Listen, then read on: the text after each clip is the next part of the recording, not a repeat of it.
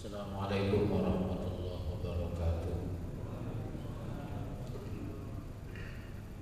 Alhamdulillah al-wahidil qahhar al-azizil ghaffar qawwiril laili 'alan nahar tadhkiratan lidawil qulubi wal absar. Asyhadu an la ilaha illallah al-barrul karim Ar-Raufur Rahim. Asyhadu anna nabiyyana Muhammadan abduhu wa rasuluh al-hadi ila siratal mustaqim mudda'i ila dinil qawim. Salawatullah wa salamuhu ala nabiyyina wa qurrati a'yunina Muhammadan wa ala alihi wa sahbihi ajma'in.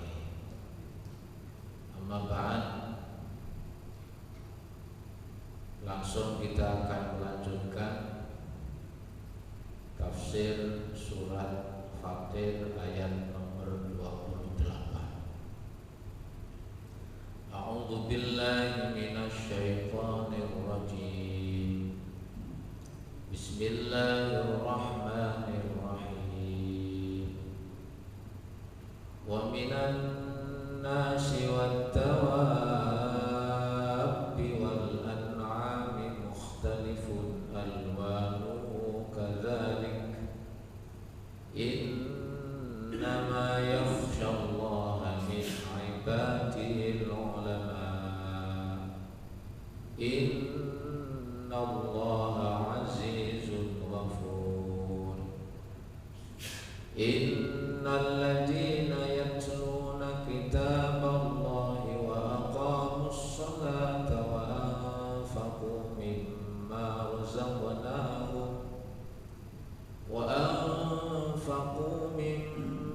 razaqnahum sirran wa 'alaniyatan yarjuna tijaratan lan takun liwaffiyahum ujurahum wa yazidahum min fadlih innahu ghafurun syakur.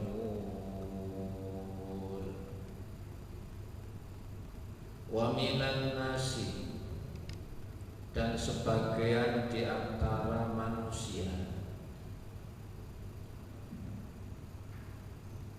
wat-tawabbi, dan makhluk-makhluk yang bergerak,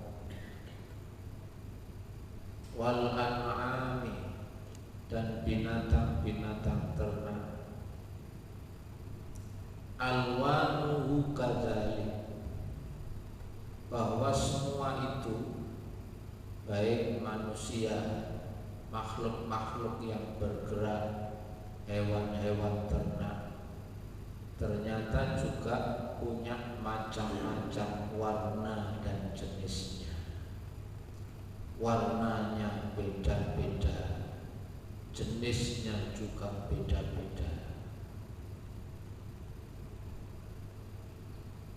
Seperti halnya juga berbeda-beda juga dalam ayat sebelumnya buah-buahan. Semua itu bukan hanya sekedar keindahan belaka, bukan sekedar untuk membedakan masing-masing identitasnya sendiri-sendiri, tetapi semua itu juga salah satu bukti atas kekuasaan Allah, kebesaran Allah Subhanahu wa ta'ala. Bahkan manusia bukan hanya warna kulitnya yang berbeda, tapi juga bahasanya juga berbeda. Dan sampai hari ini tidak ada yang tahu siapa penemu bahasa itu. Kalau jenengan pernah baca buku apa, kira-kira pernahkah menemukan siapa pencetus bahasa masing-masing orang? Ternyata sampai hari ini belum pernah ditemukan bahwa pencetus bahasa Jawa itu si A si B, pencetus bahasa Madura itu si A si B, pencetus bahasa Arab itu ini dan seterusnya. Karena ternyata bahasa pun sebenarnya adalah juga bukti kekuasaan Allah. Allah memberi kecerdasan kepada masing-masing manusia ini, lalu bisa membahasakan sesuai dengan lingkungannya sendiri-sendiri. Jadi untuk mengagumi kebesaran Allah itu bisa melihat ayat-ayat Allah kauniyah seperti ini, bahwa Allah menciptakan manusia, lalu makhluk-makhluk yang bergerak, hewan-hewan ternak dengan berbagai macam jenis warnanya, dan juga otomatis juga karakternya pasti berbeda-beda. Semua itu adalah bisa dijadikan sebagai sandaran untuk mengagumi kebesaran Allah Subhanahu wa taala. Kalau di surat Ar-Rum bahwa perbedaan warna kulit, perbedaan bahasa itu juga dijadikan oleh Allah sebagai wujud atau sebagai bukti salah satu kebesaran Allah Subhanahu wa taala. Di surat Ar-Rum ayatnya nomor 22, wa min ayatihi, dan sebagian dari tanda-tanda kebesarannya adalah khalqus samawati wal ard, penciptaan langit dan bumi. Juga waqtilafu alsinatikum, berbedanya bahasa kalian, wa alwanikum, dan juga warna kulit kalian. Inna fi dzalika laayatin, sesungguhnya itu semua adalah ayat tanda kebesaran Allah lil alamin, lil alimin, yaitu bagi orang-orang yang berilmu, bagi orang-orang yang mau mendalami ilmu.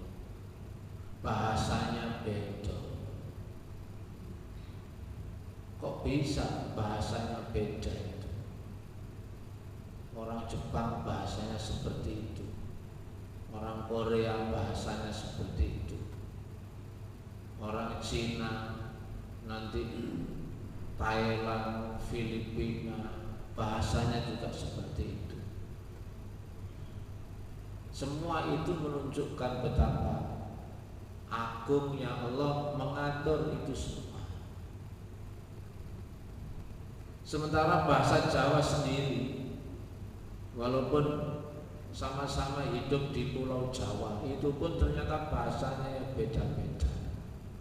Jawa Barat punya bahasa Sunda, nanti Jawa Tengah ada, kalau tengahnya itu mulai toko Brebes, Wonosobo, Tegal, dan lain-lain itu, bahasa Jawanya juga punya ciri khas sendiri-sendiri. Bukan hanya kosakatanya, logatnya juga beda. Nanti kalau mulai ke Solo sampai ke Ngawi, ke ke timur, nanti ke Jawa Timur. Jawa Timur pun antara Madiun, Magetan, Pacitan, Ponorogo, Tulungagung, Trenggalek, Jombang, mesti beda, ono yang beda, ciri khasnya itu beda. Kalau Surabaya gak mengenal teh, tapi kalau nang Blitar karena itu dan seterusnya, itu ada ciri khas sendiri-sendiri. Coba ini kalau dipikir itu siapa yang ngatur begitu? Seperti ini bukan sesuatu yang kebetulan. Ini kuasa Allah, tanda kebesaran Allah. Karena itu di ayat tadi, yaitu di ayat di surat Fatir yang barusan kita baca ini tadi, yaitu di ayat ke-28 ini, bahwa semua perbedaan warna kulit baik binatang maupun manusia juga bahasanya beda, semua itu adalah bukti kekuasaan Allah. Karena itu lalu di ujung ayatnya, innama yakhsyallaha min ibadihil ulama. Sesungguhnya hamba-hamba Allah yang takut kepadanya hanyalah para ulama, orang-orang yang berilmu. Sungguh Allah itu Maha Perkasa, bahwa innallaha azizun, sesungguhnya Allah itu Maha Perkasa, ghafurun, Allah juga Maha Pengampun. Ada sebuah hadis begini. Kenapa di sini dihubungkan dengan orang yang berilmu atau yang disebut dengan ulama, ini kok dihubungkan dengan orang yang takut kepada Allah? Karena Rasulullah pernah bersabda, manizdada ilman, siapa yang ilmunya bertambah, pengetahuannya bertambah, tapi walam yazdad hudan, tapi petunjuknya, perilakunya enggak tambah benar, lam yazdad minallahi illa bu'dan. Orang itu kalau semakin pintar, tambah ilmu, terus takutnya kepada Allah enggak bertambah, biasanya malah tambah jauh dari Allah Subhanahu wa ta'ala. Ilmu itu harusnya seimbang dengan keimanan. Jadi ilmu itu harusnya seimbang dengan keimanan. Tambah ilmu, imannya bertambah. Tambah ilmu, tambah takut kepada Allah Subhanahu wa ta'ala. Saya akan mengupas perbedaan kalimat khosyya yakhsha. Di ayat 28 ini ada kata yakhsha, innama yakhsha. Yakhsha itu punya makna takut. Sementara dalam Al-Quran yang punya makna takut itu bukan hanya khosyya yakhsha, tapi juga ada khafa yakhafu khauf. Khaufun itu juga maknanya takut. Jadi khauf itu juga maknanya takut. Dan ini digunakan oleh Allah dua-duanya. Misalkan ayat yang bunyinya begini, bahwa ala inna awliya Allahi la khaufun alaihim wa la hum yahzanun. Ingatlah bahwa sesungguhnya para kekasih-kekasihnya Allah itu la khaufun alaihim, tidak ada rasa takut bagi mereka, wala hum yahzanun, dan mereka juga tidak bersedih hati. Ternyata di kalimat ini Allah tidak menggunakan kata khosyya yakhsha untuk takut. Dalam hal ini Allah tidak menggunakan kata yakhsha, khosyya, tapi Allah menggunakan kata khauf. Apa perbedaannya? Memang sepintas kalau diterjemahkan dalam bahasa Indonesia nggak mampu menerjemahkan pas, sehingga diartikan sama-sama takut. Misalkan ayat yang juga bunyinya begini, ketika ayat ini hubungannya sama ketika Nabi Adam diturunkan ke bumi. Qulna bitu minha jami'a fa imma ya'tiyannakum minni huda faman tabi'a hudaya fala khaufun 'alaihim wala hum yahzanun. Turunlah kalian semua ke bumi semuanya. Maka kata Allah, jika datang kepada kalian petunjukku, lalu siapa yang mengikuti petunjukku ini, maka dijamin tidak ada rasa takut di dalam hatinya dan tidak pula mereka bersedih hati. Allah di ayat itu menggunakan kata khauf. Yang membedakan khauf yang kita terjemahkan sama-sama takut itu, kalau khauf itu takut kepada Allah, tapi sumbernya itu karena keimanan, keyakinannya kepada Allah. Takut karena merasa diawasi oleh Allah Subhanahu wa taala. Sehingga akhirnya perilakunya hati-hati. Tidak pernah takut itu juga artinya tidak pernah khawatir. Misalkan dia berbuat baik kepada orang lain, ternyata yang diperlakukan baik ini jengkel hati. Kalau dia percaya kepada Allah, orang ini nggak pernah takut, nggak pernah khawatir. Kenapa nggak khawatir? Karena Allah pasti membalas kebaikannya. Jadi meskipun dikecewakan orang, nggak khawatir. Jadi kalau khauf itu takutnya kepada Allah, khawatirnya kepada Allah itu didasari karena keyakinannya kepada Allah. Maka orang-orang yang seperti ini, meskipun orang lain jelek, lalu ia tetap membalas dengan kebaikan, nggak merasa rugi. Kenapa? Karena dia percaya kebaikan itu nggak pernah disia-siakan oleh Allah Subhanahu wa taala. Jadi kalau khauf itu rasa takutnya itu didasarkan karena keyakinan, karena keimanan. Sementara kalau khosyah yakhsha seperti di ayat yang tadi kita baca, yaitu di ayat 28 surat Fatir ini, kalau khosyah yakhsha ini takut kepada Allah, tapi dikaitkan rasa takut itu dengan ilmu pengetahuan. Jadi karena ilmunya bertambah, akhirnya takut kepada Allah. Takut yang didasari ilmu itu Quran menggunakan kata khosyah yakhsha, yaitu rasa takut kepada Allah. Lah di ayat ini Allah memberi penjelasan bahwa sesungguhnya yang paling takut kepada Allah itu orang-orang yang berilmu. Lalu kalau ada orang berilmu kok malah gak takut sama Allah, ini berarti masuk kategori ilmu ini gak jelas.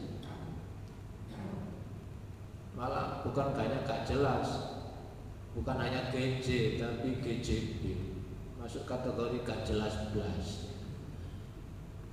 Harusnya tambahnya ilmu, tambahnya takut kepada Allah SWT. Makanya Allah menyebut di ayat ini yang paling takut kepada Allah itu ulama. Maka kalau ulama gak takut Allah, itu bukan ulama, tapi ngelama. Harusnya paling takut kepada Allah ulama, karena dia mengerti ilmunya. Maka di ayat ini Allah menyandingkan kata khosyah dengan ilmu. Terus ditutup dengan akhiran yaitu sifat Allah, asma Allah azizun, dan Allah juga ghafurun. Bahwa sesungguhnya Allah itu Maha Perkasa, Allah Maha Pengampun.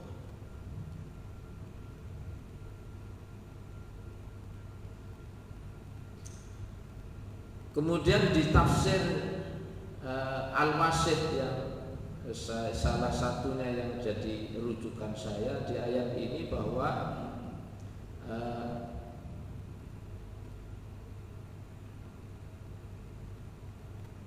Allah menjadi penjelasan bahwa minan nasi bal aidan minan nasi wad dawabi wal an'am asnafun wa anwa'un mukhtalifatun alwan wa ikhtilafan. Kadzalikal ikhtilaful kain fi qat'il jibal wa fi anwa'is siman. Dan Allah menyebut bahwa dari sebagian manusia, makhluk yang bergerak, binatang-binatang ternak, buah-buahan, bahkan juga tanah itu sendiri, tanah ini sendiri, ternyata masing-masing itu punya karakternya beda-beda. Tanahnya tanah Sidoarjo sama tanah Jombang itu karakternya beda, sehingga akhirnya apa, produk pertanian yang dihasilkan juga beda karena karakter tanahnya beda. Dan itu semua menunjukkan ala qudratillahi ta'ala, bahwa hadzal ikhtilaf min a'dhamil adillah ala qudratillahi ta'ala, bahwa perbedaan-perbedaan yang tadi itu semua adalah bukti atas betapa agungnya kekuasaan Allah Subhanahu wa ta'ala, yang harusnya ini dijadikan sebagai dasar supaya manusia itu tambah mendekatkan diri kepada Allah Subhanahu wa ta'ala. Jadi jangan sampai ngertinya keagungan Allah lewat ilmu seperti ini malah menjauhkan dari Allah Subhanahu wa ta'ala. Karena kalau sampai pengetahuannya itu menjauhkan dari Allah, Allah itu maha perkasa, nggak bisa dikalahkan. Bahwa sepandai-pandai apapun orang tidak bisa menipu dan memperdayai Allah Subhanahu wa ta'ala. Itu Allah yang disebut Al-Aziz. Tapi juga di sisi yang lain Allah itu Ghafur, bahwa serusak-rusaknya orang, kalau dia kemudian mau mengakui kesalahan dan dosanya, lalu dia bertobat dengan sungguh-sungguh bertobat kepada Allah, maka Allah pun mengampuni dosa-dosanya.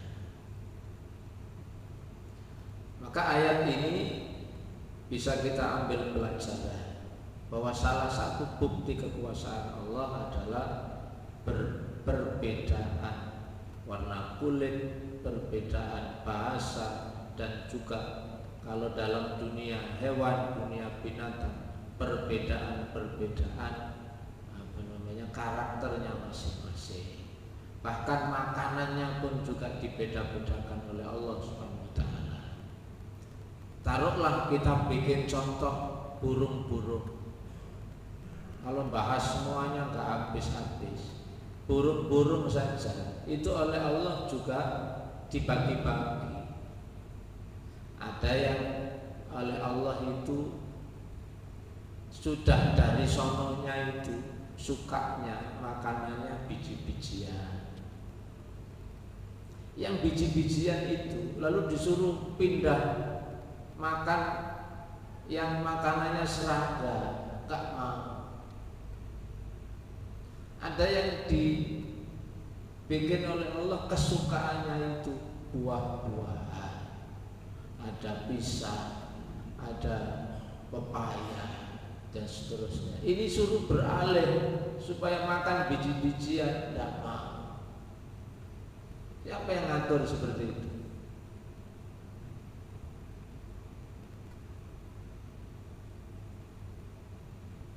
Jadi supaya apa? Ternyata ini juga terkait sama keseimbangan alam, bahwa Allah ngatur ini semua adalah untuk keseimbangan alam.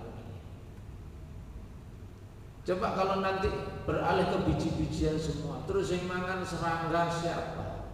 Nanti kalau serangga itu jumlahnya jauh lebih besar daripada ini, itu nanti merusak.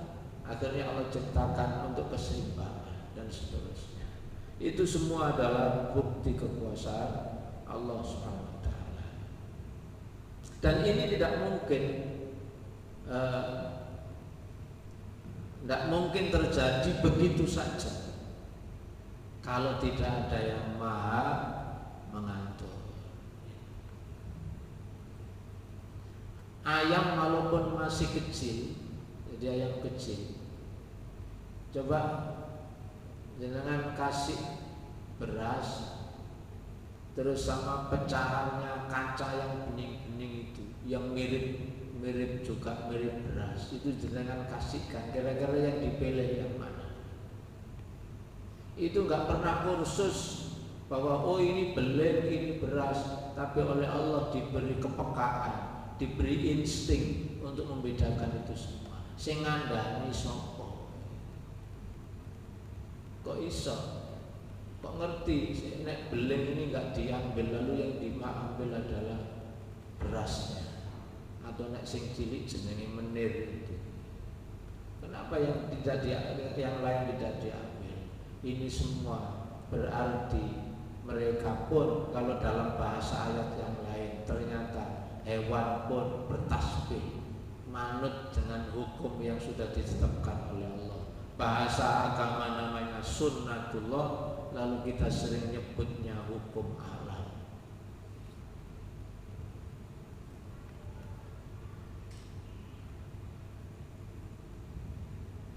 Kemudian ayat 29. Kalau ayat 28 titik tekannya bahwa